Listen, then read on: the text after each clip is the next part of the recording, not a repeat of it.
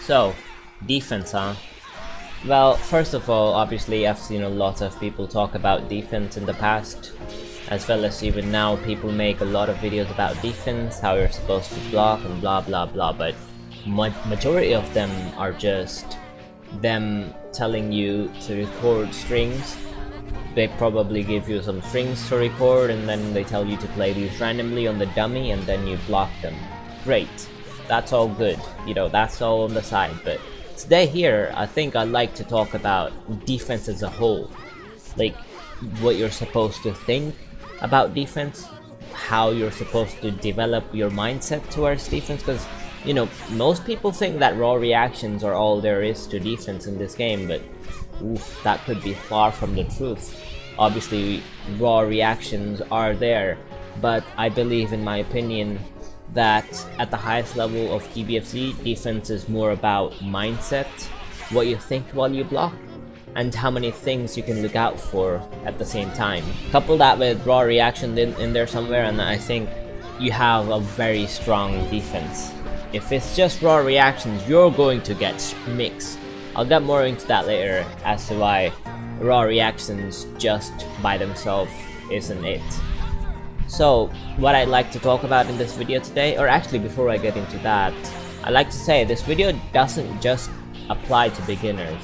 I think this can apply to, like, you know, high ranking, I say that in quotes, high ranking online DBFZ players, and people in general that have never really paid attention to defense, or maybe they've paid attention, recorded some strings and tried to block them, but never really got anywhere, or people that are just new to the concept of mindset, and you know, people may be thinking of what the hell is he talking about, what are you supposed to think while you block, you just block, right? Nope. If you have no idea what I'm saying, keep watching. I think this will be a very interesting video. You could get a different sort of view on how you could block. Maybe you certainly become the next Goichi, who knows. Anyway, so I'm gonna be talking about how you could develop your mindset, basic foundation. I'm obviously going to give you guys strings as well to record for the dummy, and how you're supposed to record them so that you can progress. It's sort of like a workout, isn't it? Like progressive overload and workouts, but except it's just defense. Anyway, I should probably not compare it to that, but just blocking the way you block. I'll give you the strings, and I'll also give you the way you're supposed to record these strings and progress from those strings. So yeah, let's get into it, boys. The most basic and fundamental mix-ups in these games are, I think, 6Ms, cross-ups, you've got obviously DR, you've got your instant air dash, GH, maybe double overheads, you know, all that universal basic stuff. So I believe that you need to be able to block all those things comfortably and reliably in order to progress your defense further, because if you're struggling to block just these universal things, obviously you can't progress any further than that to, like, let's say grabs. You've got empty jump lows, you've got the complicated similar looking animation to DR mix-ups with the EX flashes, you've got Kara cancels, you know, you've got Kara DRs, all that complicated stuff. You don't need to get overwhelmed by it just yet if you cannot block reliably and comfortably 6Ms, cross-ups, DRs, instant air dashes as well. You know, DR is the most important one, or I think the hardest one in this group, that you need to be able to tech comfortably. Like, even at the highest levels, there's many ways to mix up DR, so you'll be caught by it here and there, but at a basic level, you need to be able to tech it at all times. So we've got that. Once you're able to block these comfortably, I think you've got a basic foundation to go off of. So I think you'll have a pretty strong foundation which you can build upon, is what I'm trying to say. Let's say that an opponent does 5L, right? You're blocking and they do 5L, and there's a possibility of a DR and 6M from there. Like, you know, they can cancel into a 6M, they can even go into a DR. I've got it on random, so I don't know if they're just gonna go into a DR or not. But yeah, they can cancel it into a 5L as well. So how would you deal with this situation? You know, this simple mix, 5L 5L6M, the simple stuff. How would you deal with this? Well, since a DR is harder to tech than just blocking a 6M, you know, 6M is a lot slower than a DR. So the DR is easier to tech than a 6M. Obviously, you know, frames aren't everything. Don't think that just because on the frames something is slower doesn't mean that it's easier to block. I'm just saying DR is easier to tech than a 6M most of the time. Anyway, so the way you would deal with this situation, I would recommend focusing on the DR while keeping a 6M at the back of your head. Keep in mind that this is only possible once you've got both of those things down in your muscle memory. So let's say the opponent doesn't do anything and, you know, starts going into a normal block string, right? What would you do then? So since there is no possibility of a DR to come out of like a 5LL, like, let me show you my inputs here. I've got my inputs on, like, I'm mashing DR.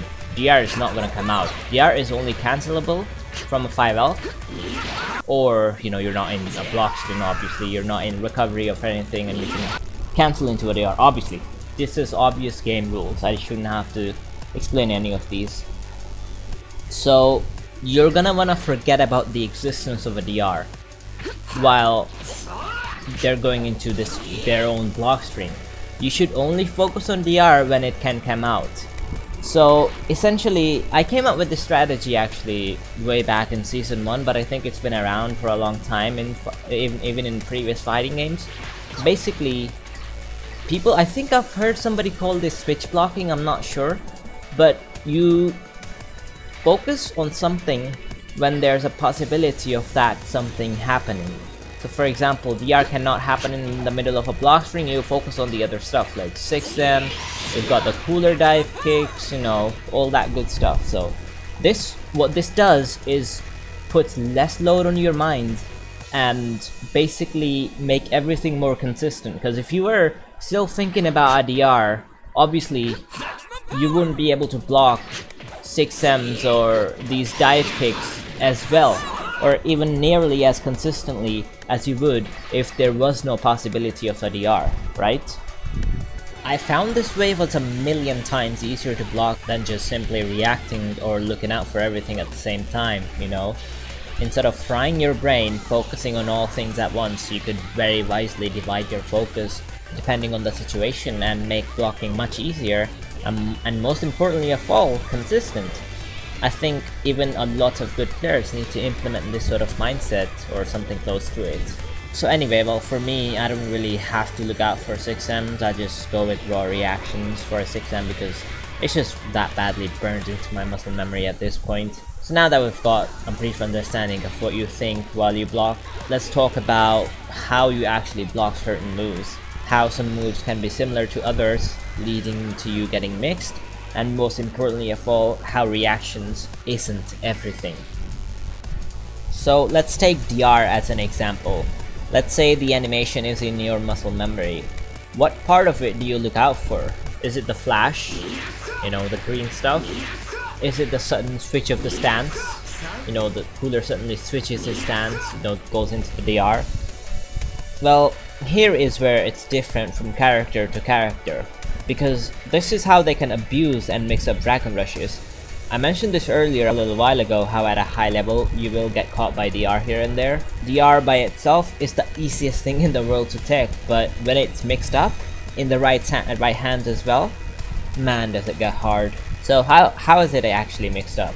Well, there are several ways one could mix DR. There are character specific cancels, where you can cancel a move into a DR. GT Goku actually is a great example of this. Let me bring him in. So he can do 5S DR. This thing can cancel his 5S into a DR. He can also cancel this into a super dash, and then obviously he can just let the normal 5L rip. This would look something like this. People normally just get hit by this, thinking it's a DR.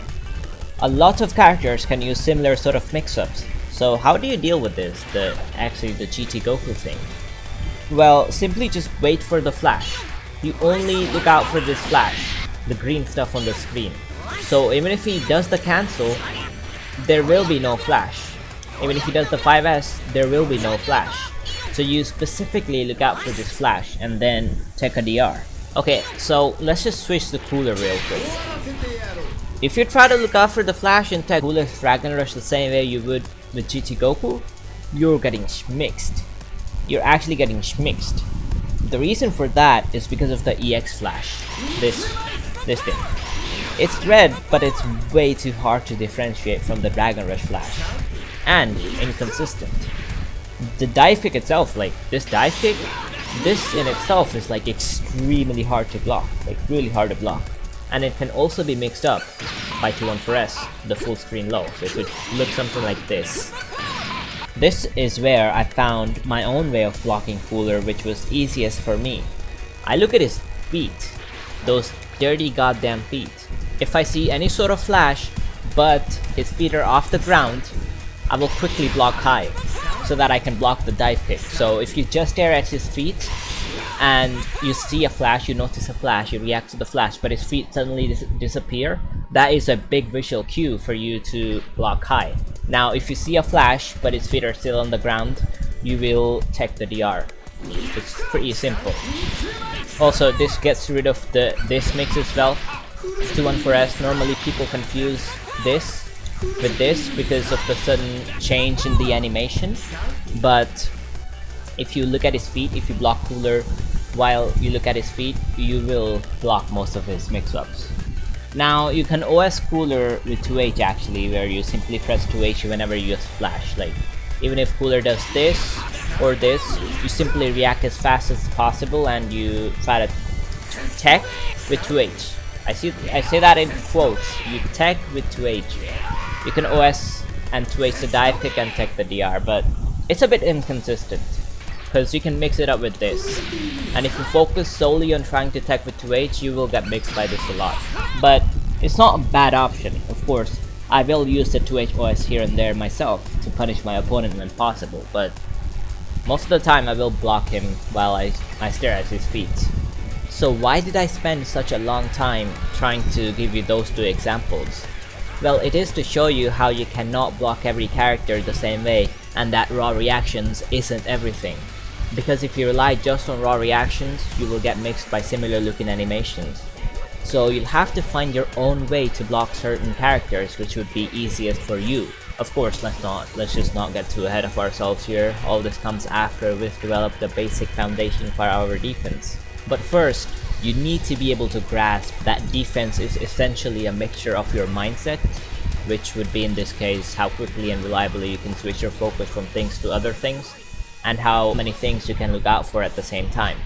Secondly, it would be how good you are at differentiating animations. And finally, I think you sprinkle instincts and reactions, raw reactions in there somewhere. Of course, the strategy one may use can be different from person to person, like I said. But essentially, this is defense in DBFZ. Of course, you're not gonna block all the time. You're gonna wanna find openings to challenge at all times, which is an entirely different video on its own. So we'll leave that for another day. For now, let's just focus on just blocking. Hopefully you've understood on basic terms how defense is actually like in DBFZ. Now let's get back to building our foundation and start our journey to be a defensive god. Defensive god, by the way. Anyway, so you may be like, but man, I can block 6Ms, I can tech DRs and all that, and I don't need those rings. But can you do it all at the same time and reliably? Do you have a strategy to approach defense in general? If not, I recommend using my mindset earlier of switch blocking. But anyway, let's get to our strings, shall we?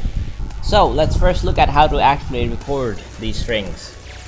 If you've never been to this part of the training menu, it can look a bit confusing, like, you've got all these things here, recording method, playback method, all this stuff. But it's actually pretty simple.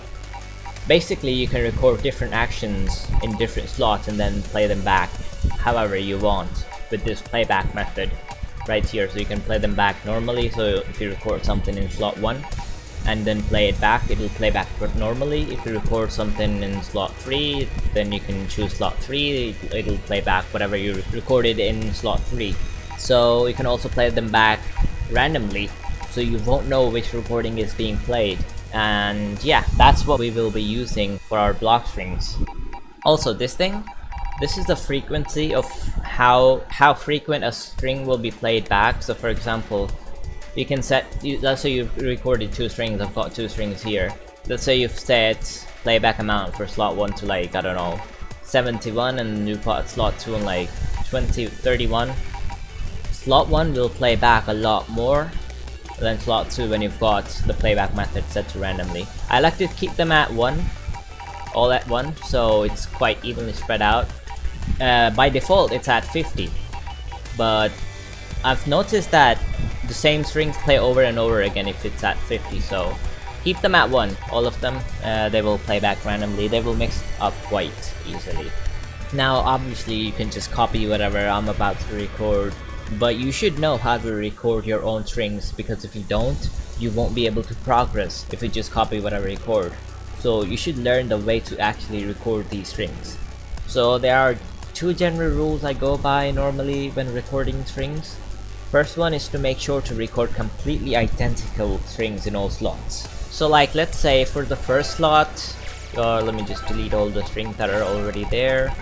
So for the first slot, you record something like this, you know, something basic. I'm recording something completely basic. Cool, you recorded that in the first slot, but for the second slot you end up doing this. So I've changed up the order of the 2M and the 5M in the second slot.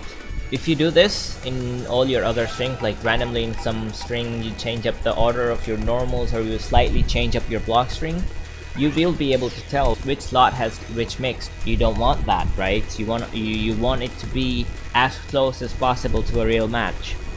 This may seem small and not significant at all, but trust me when I say you must keep everything completely and fully identical. Secondly, keep the mix-up in the same place of the string as well. So like, if you're trying to take a DR, the 6M or a cross-up should be in the same place as well.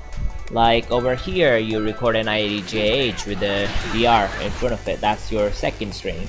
But in the first string, you end up recording a 5LL block string with no other mix to go along with the DR. It's just not gonna be as tough. Of course, this isn't always the case. This was just to give you an example. You must follow this sort of example with everything you do, not just after JH or anything else, you know. Keep your mix-up in the same place, and keep your strings identical. Those are the main rules that you must follow. So, let's finally get to the recording part of our strings, shall we? Well, first of all, I had 3 choices of characters who I could record the strings with. It was Super Saiyan Goku, Cell, and Super Saiyan Vegeta. I think in my opinion they do a really good job of just running normal, basic, fundamental, and universal block strings. But in the end I ended up choosing Super Saiyan Goku, but it's up to you who you choose as your character to record strings with. And obviously you can just copy what I'm about to do, like I said before. So for the first slots, actually let's turn off our input delay first, or input history, not input delay. I do this because when you're recording strings you can sometimes glance over the input history and kind of get an idea of which string is being played. So yeah, just in case, just turn this thing off when blocking. So for the first string, I usually go with a IDJH, Dragon Rush, simple stuff. Usually for me I always keep a simple IDJH and Dragon Rush in slot 1 of my recordings, just in case I have to lab something else and I have to rewrite that to slot 1. So once I'm done labbing whatever I have to lab and I have to go back to labbing defense, I just re-record and simple IDJH into DR. It's pretty simple. I can rewrite the slots whenever I need to. So for the second slot, let's go for a cross-up into DR, simple stuff. Don't need to overextend too much right now after that cross-up, since we're just doing basic stuff right now. So we did DR, cross-up, let's go with a 6M. That covered about 3 things. Now let's move on to block strings for the 4th slot. For a block string, we're just gonna do some simple things, you know, do this, call and assist, run up, DR. That would be the 4th one. 5th one, we will do something similar. But like I said, change up the mix-up, you know, following the rules that I explained of recording strings earlier. Change up the mix-ups, keep the strings similar. And now, you probably have guessed, we're gonna do a cross-up. Oh, I didn't land it for some reason. Let me do that again real quick. There we go. Cross-up, simple stuff. Now we've got 2 slots left. I think for these 2 slots, you're gonna wanna go for a tap DR, because this is also a very universal thing now. It wasn't a thing before. What I would do with these 2 slots is add random 6Ms in my block strings.